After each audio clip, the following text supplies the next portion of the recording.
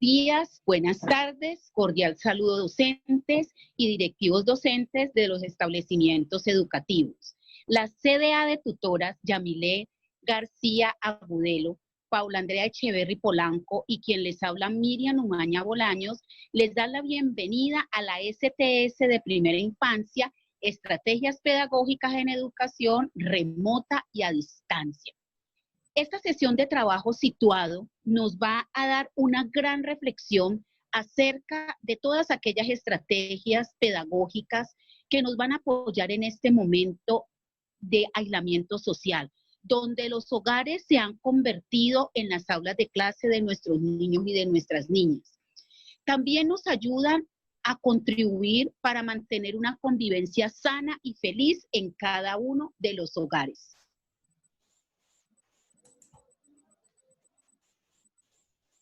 Los objetivos que nos convocan el día de hoy son apropiar y conocer el sentido de pertenencia de las estrategias pedagógicas que implementan las maestras y maestros en su trabajo con los niños y las niñas, identificando la relación de estas con los propósitos de la primera infancia. Un segundo objetivo es brindar elementos que permitan avanzar en la construcción de las guías de aprendizaje en la primera infancia, potencializando cotidianamente las experiencias relacionadas con la literatura, el arte, el juego y la exploración del medio.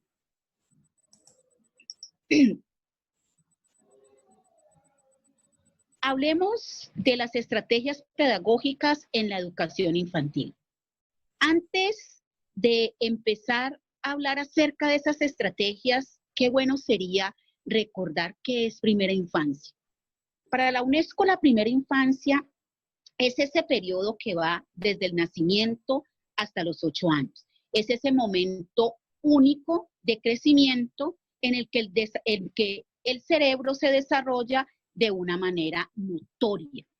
En esta etapa, nuestros niños y nuestras niñas empiezan a hacerse muchas preguntas. Y es aquí donde deben recibir la mayor influencia de esos entornos y de esos contextos en los cuales ellos conviven.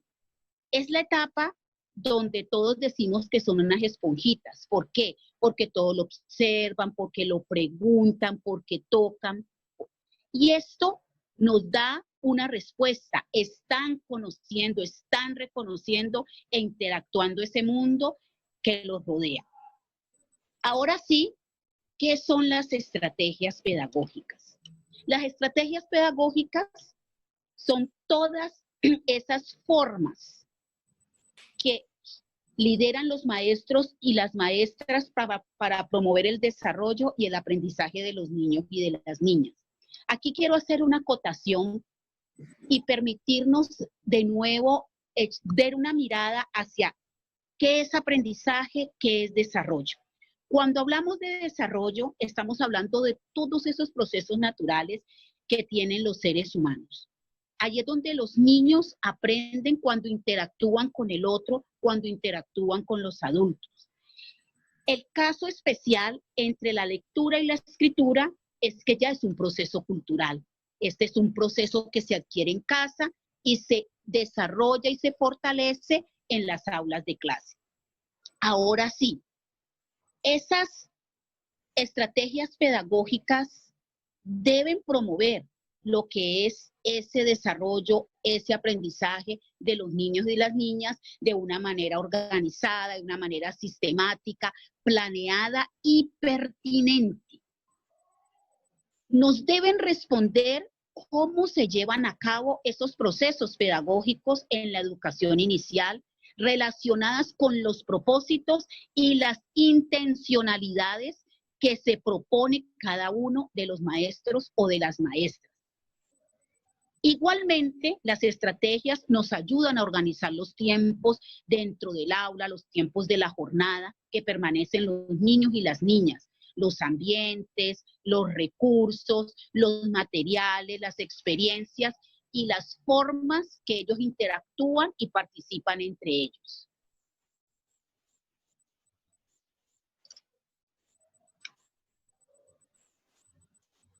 Vamos a mencionar cuáles son las características o por qué se caracterizan esas estrategias que son tan importantes en la educación inicial. Cuando hablamos y queremos evidenciar esas estrategias pedagógicas en la educación infantil, estas deben apoyarse o ampliarse o caracterizarse por ser incluyentes, flexibles e integradoras. Es decir, deben estar muy pertinentes, ya que los niños son los protagonistas de todo este proceso y los docentes son las guías de esos caminos que son tan importantes para conseguir esos intereses. Además, esas estrategias deben fortalecer la participación y expresión de ideas, emociones e iniciativas de los niños y de las niñas. Es aquí el momento de visibilizarlos. Es el momento de que ellos mismos empiecen a generar todos sus procesos de aprendizaje, todos esos intereses, todas esas inquietudes que tienen. Igualmente, deben responder a los ritmos individuales de desarrollo y lo que caracterizan a los niños y a las niñas. Deben incluir esas particularidades de los contextos culturales y socioemocionales. Y además promover el uso de los materiales naturales, reciclables y reutilizables.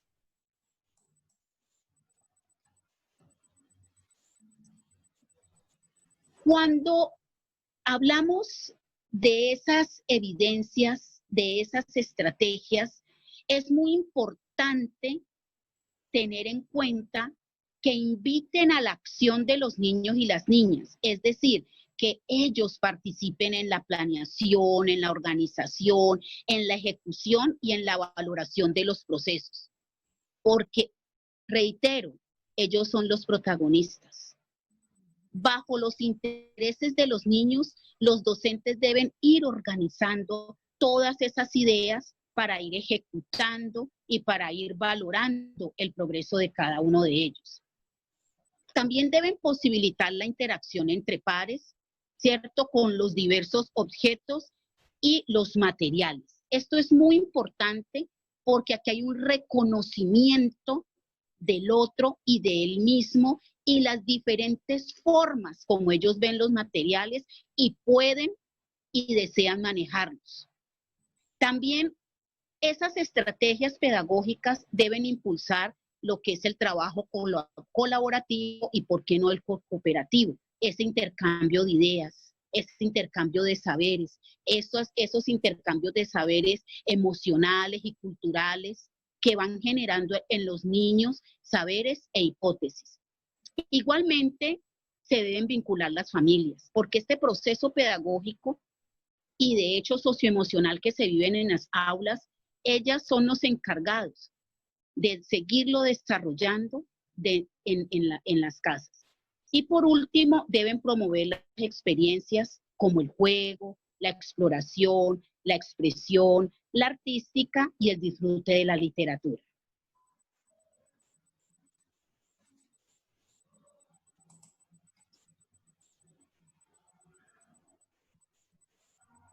Ahora bien, la educación inicial reconoce varias estrategias que se pueden implementar.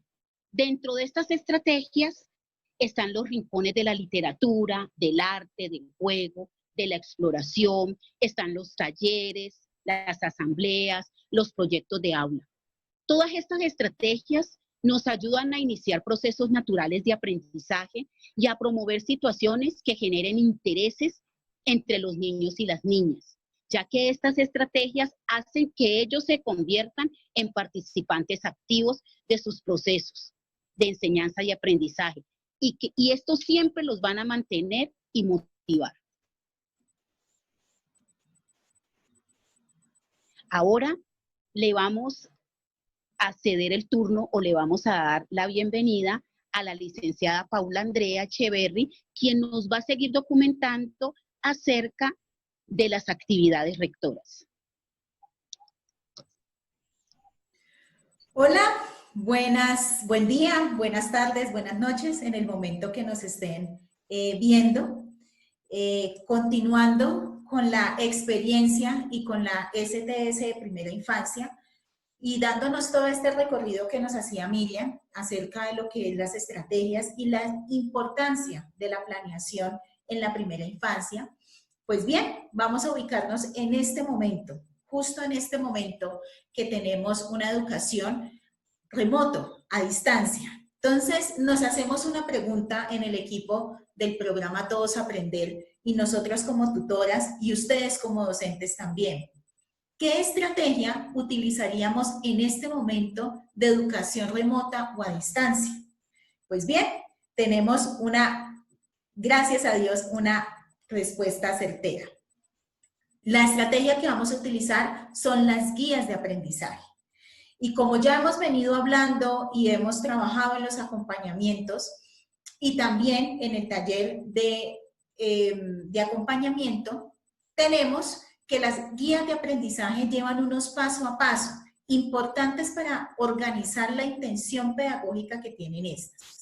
Entonces tenemos como primer paso la introducción, los datos generales, qué voy a aprender, lo que estoy aprendiendo, practico lo que aprendí, cómo sé que aprendí y qué aprendí, ¿ya? Todo esto corresponde a la parte de un seguimiento y una intencionalidad desde la misma planeación que se vea reflejado en las guías de aprendizaje.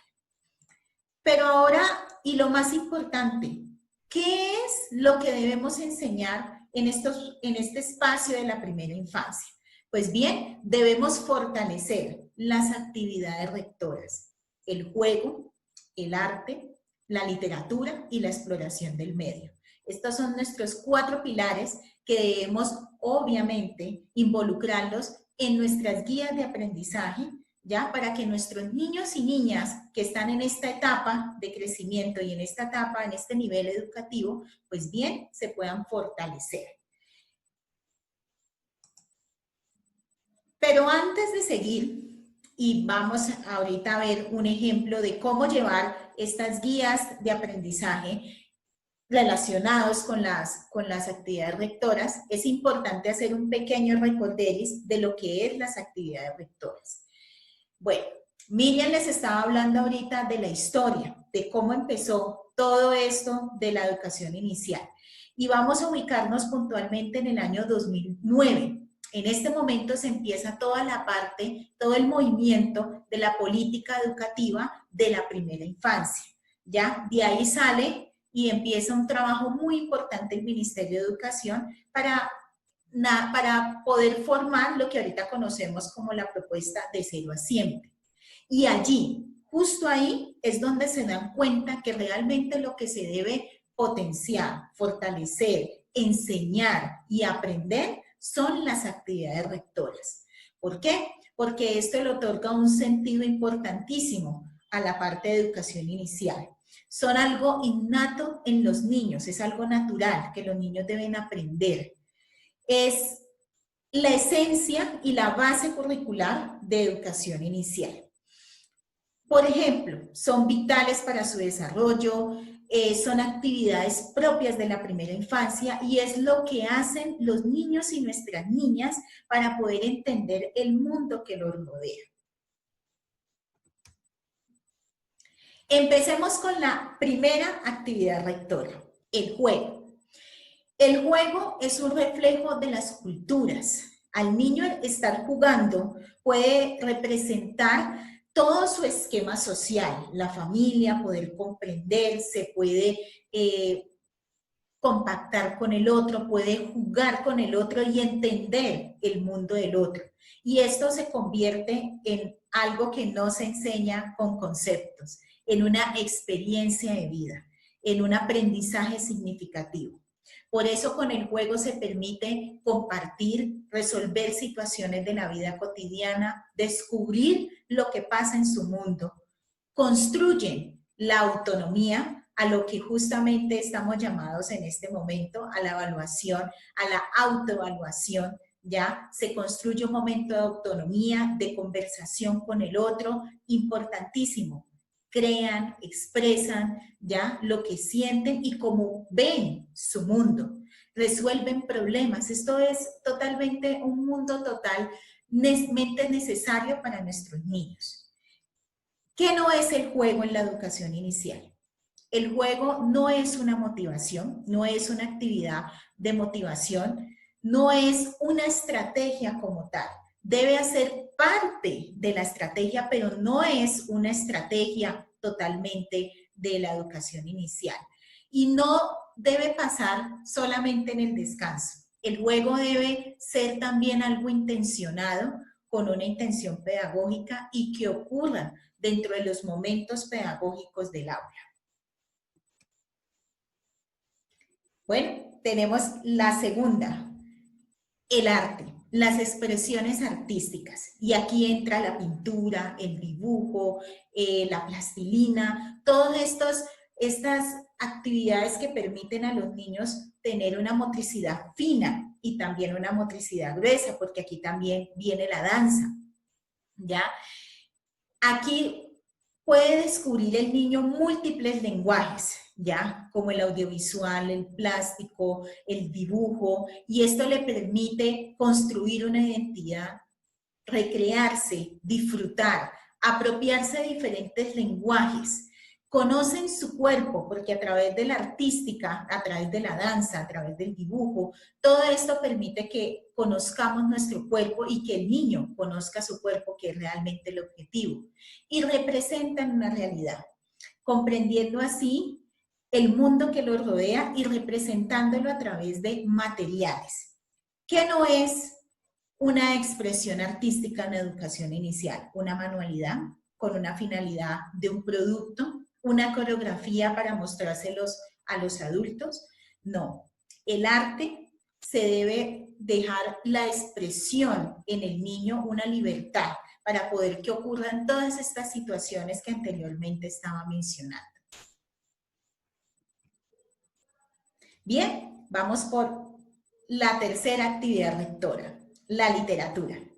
Bueno, esto siempre causa un poco de dificultad poder implementar la literatura en el mundo pedagógico, porque estamos acostumbrados a que la literatura es el apoyo, solamente un apoyo pedagógico para enseñar palabras, letras, ¿ya? No, la literatura se debe también gozar, disfrutar. Así como cuando vemos una película y cuando la película está muy buena y qué rico y la disfruté y sentí realmente un gusto por verla, bueno, así también debe ser la literatura en la educación inicial. Un espacio de recreación, de goce, porque ella solita con ella solita se puede implementar infinidad de experiencias significativas. Con ello el estudiante puede, el niño y la niña pueden apropiarse del lenguaje, descubrir nuevas palabras, construir conocimiento a partir de mundos imaginarios, crear historias. Se pone una base importantísima en la parte de la metacognición, de la cognición, del habla, de todo lo que tiene que ver con la comunicación y cómo se relaciona con el otro. ¿Qué no es la literatura? La literatura en la educación inicial no es algo para aprenderse de memoria, no es un método para aprenderse letras, sí puede ser un apoyo, pero no puede ser su único fin, porque la literatura se debe disfrutar. Y llegamos a la última actividad rectora, la exploración del medio. Con ella, y como su palabra lo dice, es descubrir el mundo. Construyen conocimientos a partir de la exploración propia de su entorno. Ya comprenden cómo se comporta la parte social, cómo la plantica crece. Todo lo que está a su alrededor es sinónimo de aprendizaje. Y ahí es donde viene la exploración del medio. ¿Qué no es una exploración del medio en educación inicial? No es una clase magistral y mucho menos enseñar conceptos en educación inicial. Es conocer, indagar, explorar, esos son los sinónimos que deben estar relacionados con la exploración del medio. Bueno, ya hemos visto las 4 actividades rectoras. Está el juego, el arte, la literatura y la exploración del medio. Estas 4 son definitivamente los pilares para aprender y para enseñar en educación inicial. Ahora bien, lo prometido es deuda. Vamos a ver un ejemplo de guía de aprendizaje con finalidades de educación a remoto o a distancia que puedan complementar estas 4 actividades rectoras. Estos momentos ya fueron explicados en el taller de acompañamiento situado, pero vamos a que se pueda vivenciar, que también para transición se pueden hacer. Estos momentos ya fueron explicados en el taller de acompañamiento situado, pero vamos a que se pueda vivenciar, que también para transición se pueden hacer guías. Entonces, tenemos esa primera parte que tiene que ver con la introducción, ¿cierto? Donde están los datos, ¿cierto? Generales de la institución, el nombre del niño, la fecha, entre otros, y la introducción, que es ese espacio que nos sirve para irle comentando a los niños y a las niñas a qué se va a ir enfrentando poco a poco. Luego vienen los momentos de qué voy a aprender. En ese momento, aquí podemos ver cómo hay un título que llama la atención. Cómo el niño o el cuidador, perdón, o ese padre de familia empieza a irle leyendo la guía y cómo el niño se va motivando y va descubriendo poco a poco qué es lo que va a hacer. Se propone en esta primera parte un poema, ¿sí? A partir de ese poema, el niño va a hacer toda una exploración de su lenguaje, toda una exploración en el arte, toda una exploración en la misma exploración del medio donde vive. Es decir, aquí se van a ver reflejadas las actividades rectoras. Ahora, practico lo que aprendí y cómo sé que aprendí, ya le volvemos a dar el turno a la licenciada Paula Andrea. Bueno, ahora sí, vamos a entrar en materia con el tema de nuestra guía de aprendizaje. Miriam nos estaba hablando de que al principio tenemos una introducción y tenemos los primeros pasos de cómo hacer la guía de aprendizaje, ¿ya? Tenemos un momento de introducción, qué voy a aprender, ¿ya? Ahorita vamos a hacer, practico lo que aprendí y cómo sé que aprendí. Bueno, en esta guía, como vieron al principio, tiene una primera lectura, ¿ya? Esta primera lectura es una canción, ¿ya? Una canción o también un poema. En este poema, pues bueno, como decía Miriam, está reflejada la actividad rectora de la literatura, ¿ya? Que es el momento de disfrutar en familia con el cuidador ese espacio de lectura del poema o si lo queremos también convertir en canción. Y ahora se trata de que cada día el niño desarrolle 4 actividades. Estas 4 actividades están relacionadas con justamente con las actividades rectoras. Les voy a dar un ejemplo. Por ejemplo, la actividad número 4 del día 1 dice, es hora de leer un cuento. Bien, ahí estamos invitando a la actividad rectora de la literatura. En el día 2, por ejemplo, en la actividad número 1, dice, inventa un animal, ponle un nombre y dibújalo. A nosotros se nos ocurre ballepótamo, que es una ballena con un hipopótamo. ¿Y a ti? Y miren, aquí estamos inventando un animal y luego dibújalo. Esta acción de dibujar nos invita a la parte del arte, ¿ya? Es totalmente necesario que el niño pueda dibujar, expresar, y está expresando lo que él se imagina y siente en el momento. Vamos con el día número 3. Aquí en el día número 3 vamos a coger, por ejemplo, la actividad número 2. Dice, pídele a un adulto que te enseñe a hacer aviones de papel y apuesta a carreras con él. Miren la involucración de la familia y cómo también desde el arte, desde crear un avioncito, poder compartir con la familia, ese momento de juego también, que es otra actividad rectora, bueno, aquí está perfectamente expuesto.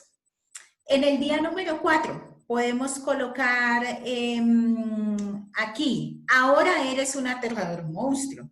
Camina como monstruo, grita como monstruo y ve a asustar a alguien, pero dale un abrazo después. No olvides darle un nombre al monstruo y al final dibújalo. Listo, aquí por ejemplo estamos con 2 actividades rectoras. El juego del hecho de caminar, ¿ya? La exploración propia del medio, ¿ya? De caminar, de saber por dónde moverme por toda la casa, ¿ya? Y también del arte, porque al final debemos dibujarlo. O sea que miren qué actividades cotidianamente y de pronto para nosotros muy sencilla, para ellos involucran mucho y podemos trabajarles todas las actividades rectoras.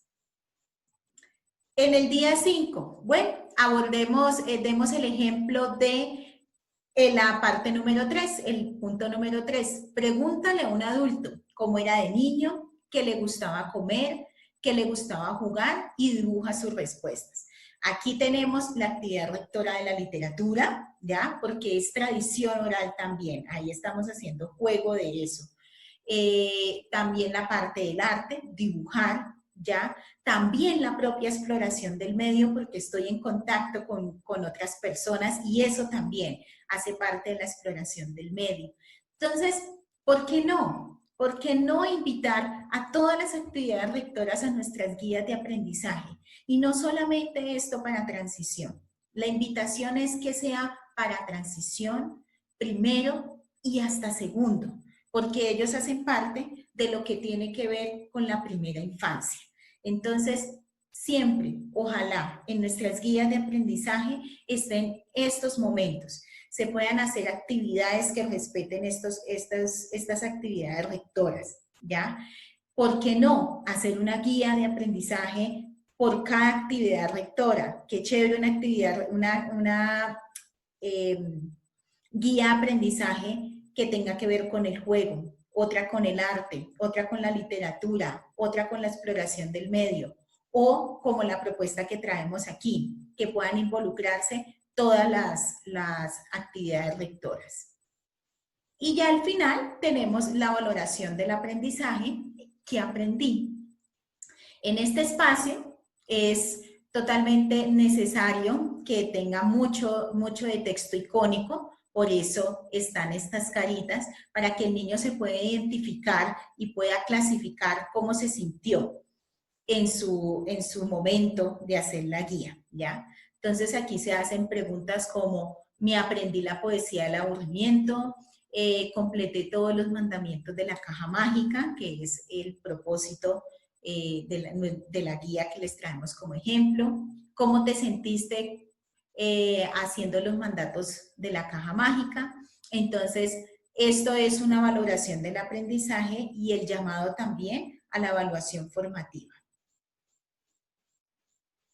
Bueno, mis queridos docentes y directivos docentes, la CDA de tutoras agradece mucho los espacios de acompañamiento y este pequeño espacio que en cualquier momento de su horario puedan ver.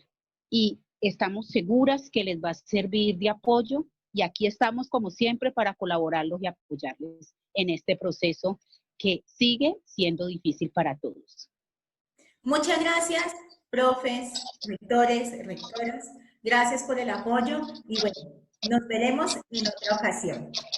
Chao.